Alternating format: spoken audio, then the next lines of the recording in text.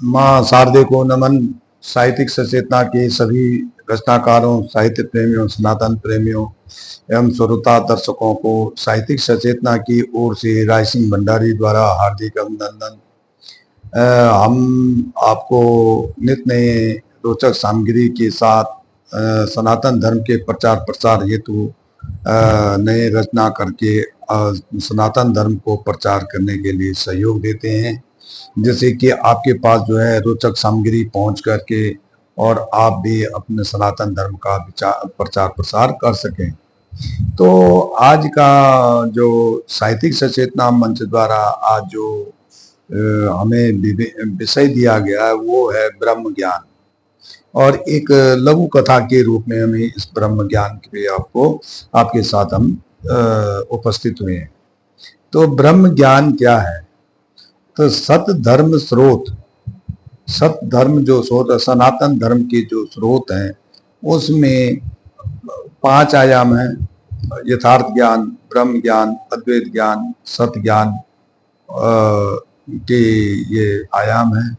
और इन आयामों में जो हमें ब्रह्म का ज्ञान करवाता है, ब्रह्मांड का ज्ञान करवाता है, वो ब्रह्म ब्रह्मांड से बना है और इसका तत्व आकाश है।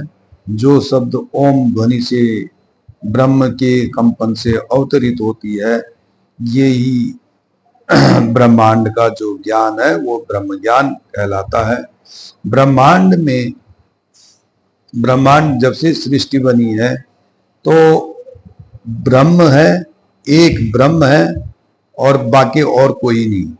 इसको हर कोई जानता है, जिसको हम अद्वैत दर्शन भी कह सकते हैं कि अहम ब्रह्मास्मि, ब्रह्म नहीं हूँ। ब्रह्म कौन होता है?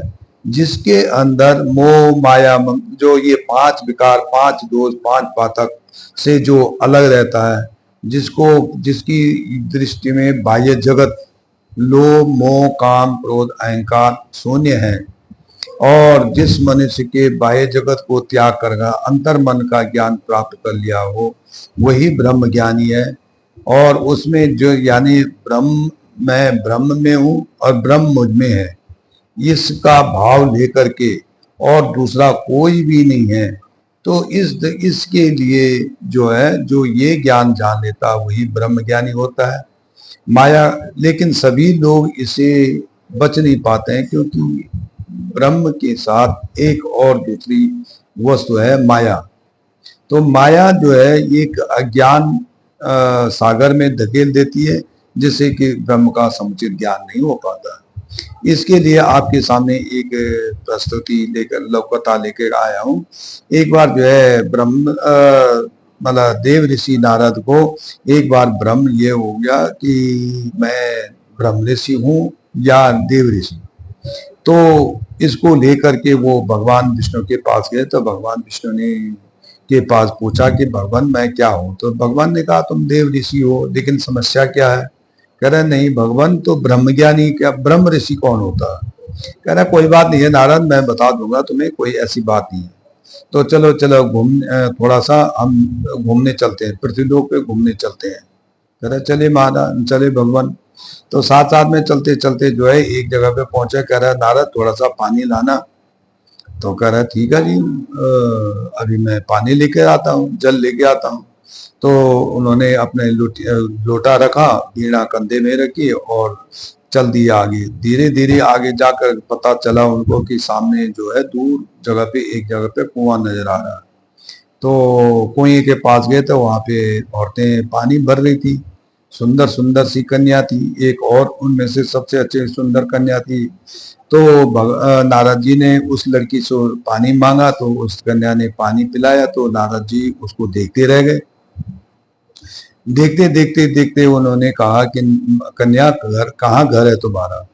तो वो लड़की शर्माती हुई अपने घर गई। तो पीछे पीछे नारद जी उसके घर गए। नारद जी ने फिर उसके पिताजी से कहा कि भाई मैं कुछ दिन यहाँ रहना चाहता हूँ और आप आश्रय दोगे? तो उसके कन्या के पिता ने कहा कि मेरे लिए ओ भाग्य है, आप यहाँ पे आए हैं, ये आपका ही घर है देव ऋषि।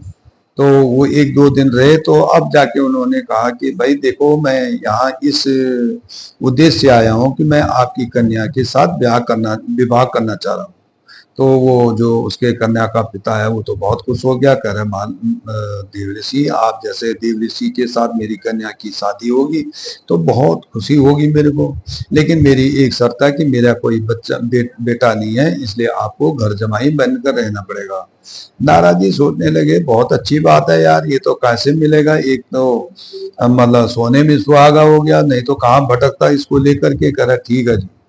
अब नारद जी ने बीड़ा अपने खूंटी पे टांग दी और सुबह ससुर के साथ जो है खेत में जाने लगे, हल चलाने लगे, आने लगे। धीरे धीरे ससुर जी का निधन हो गया।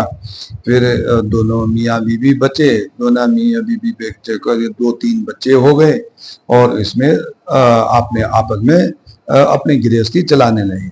एक दिन क्या हुआ कि वहां उस गांव में बहुत बड़ी बाढ़ आ गई। बाढ़ आते आते तो उनके घर तक पहुंच गई, तो उन्होंने कहा भाई अब सारे गांव वाले छोड़ रहे हैं तो हमें भी ये इसको घर को छोड़ना पड़ेगा। तो एक हाथ में एक बच्चे को पकड़ा, एक हाथ में एक बच्चे को पकड़ा, बच्चे उसकी और उनकी पत्नी पीछे पीछे आ रही थी। एक रेला ऐसा है कि एक बच्चे का हाथ छूट गया और वो नदी में बह गया। उनकी बीवी रोने लगी, तो नारद जी ने कहा कोई बात नहीं, अब क्या कर सकते हो, तो गया तो, लेकिन दो बच्चे को बचा ले। आगे जा करके एक बड़ा टीला मिला जिसे वो टकरा कर दूसरे बच्चे का सर फूट गया और वो भी वहां पे मर गया। अब वो बीबी उनकी पत्नी रोने लगी, तो उन्होंने कहा कोई बात नहीं, एक बच्चा है। जब वो एक बच्चे को लेकर आगे जा रहे थे, वो एक पेड़ से टकराया और बच्चा भी वहां पे मर गया। अब बीबी और बच्चे मतलब उनकी पत्नी और नारद जी बचे। नारद जी थोड़ा आगे जा करके, और जैसे वो एक बहुत बड़ी लहर आई, और लहर जो है पत्नी को उठा करके और साथ में बहा के ले गए। अब नारद जी बड़ी समस्या हो गई, वो जैसे एक जगह पर, हे भगवान आपने क्या कर दिया। तो जैसे उनका भगवान का नाम सुनने आया, वो एक खाली जगह पे पड़े हुए थे। जब उठे तो देखा, अरे मैं तो यहाँ पे एक सूखे निर्जन स्थान पे बैठा हूँ। तो उन्होंने बाद में याद आया कि भगवान के लिए, भगवान ने तो मेरे को पानी लेने के लिए भेजा था। फिर वो उठाकर पानी लेने के पास, पानी लेकर भगवान के पास आ, कह रहे आ गए नारद। कह रहा हाँ जी, बड़ी जल्दी आ गए यार, मैं तो अभी सोच रहा था पता नहीं कितनी देर में आया। कह रहा भगवान मैं समझ गया आपकी ये जो मेरी माया, जो मैं इसी ब्रह्म माया ने मेरे को घेर लिया था, इसीलिए मैं ब्रह्म ज्ञानी नहीं बन पाया। तो धन्यवाद, जल्दी जल्दी में कहानी कही। धन्यवाद। राय सिंह भंडारी, गुड़गांव।